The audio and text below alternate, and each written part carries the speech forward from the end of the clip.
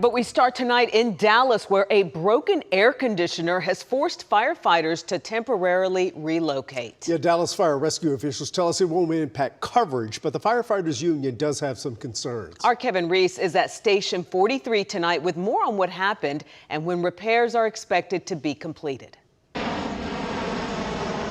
Monday at the currently empty Station 43 on Lombardi Lane, north of Love Field.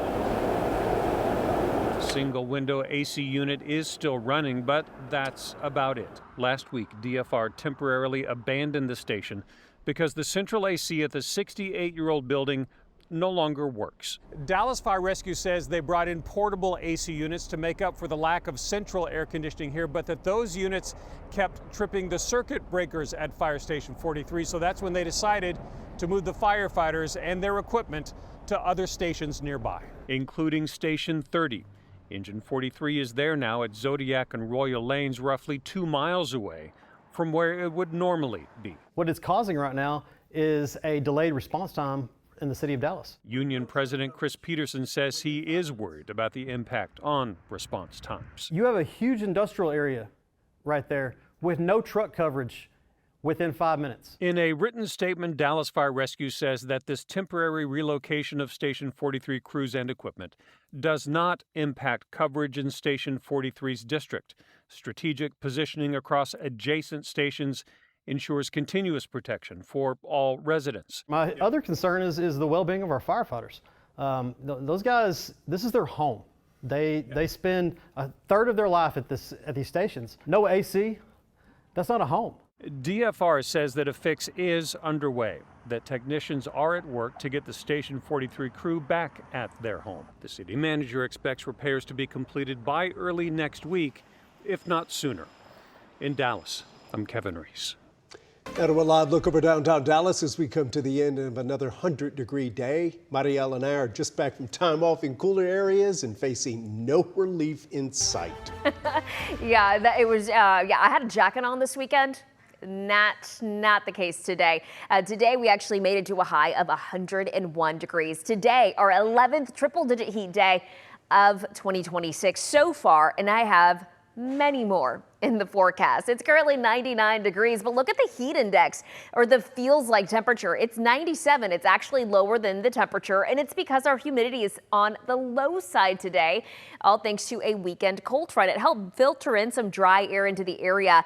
Generally, when we're looking at relative humidity that's under 30%, that's when it feels a bit more comfortable, less muggy, and that's actually the case across many locations. Unfortunately, this does increase the fire danger a bit, but 24% humidity in Dallas and in Fort Worth right now. 99 right now in Denton and in Fort Worth, about 100 still in Decatur, 101 in Mineral Wells, 98 right now in Dallas. In a lot of locations, the heat index is actually lower than the actual temperature. Temperatures will drop into the upper 70s tonight, but humidity on the climb as we head towards later this week, and slight rain chances. We'll touch base on that coming up in just a bit. All right, thanks, Marielle. New tonight, more details emerging about a high-speed crash that killed a couple from McKinney. The arrest warrant reveals the driver that hit them was going 112 miles per hour right before that crash. The McKinney PD says they obtained new dash cam video showing a BMW and Tesla leave a Walmart and race down Custer Road. The BMW hit 112 before colliding with the couple's Hyundai as they turned into their neighborhood. That driver is facing manslaughter charges right now, and the Tesla driver is charged with racing causing death. WFAA has requested the dash cam footage cited in that warrant and will update you as soon as we hear back. The Dallas Wings are making a major move, bringing their home games to a new arena and taking another step toward a permanent home in Dallas. Morgan Young breaks down what this means for the future of women's sports in North Texas. The Dallas Wings made the announcement this morning. It's a move the organization CEO calls a pivotal step for the team for a few reasons. The Wings are in the process of relocating to Dallas after playing the last 11 seasons in Arlington. In 2024, the team signed a 15-year deal with the city of Dallas to play at Dallas Memorial Auditorium at the Kay Bailey Hutchinson Convention Center. So this move to the AAC will serve as their temporary location for home games until construction is finished up on their permanent home. The team will not just be playing playing their games in Dallas. Construction is currently underway in West Oak Cliff to build a state-of-the-art training facility for the Wings as well. That's expected to open next April. There is so much excitement surrounding all of this forward progress to bring the Wings home to Dallas. We spoke with CEO and managing partner Greg Bibb this afternoon. Here's some of what he had to say.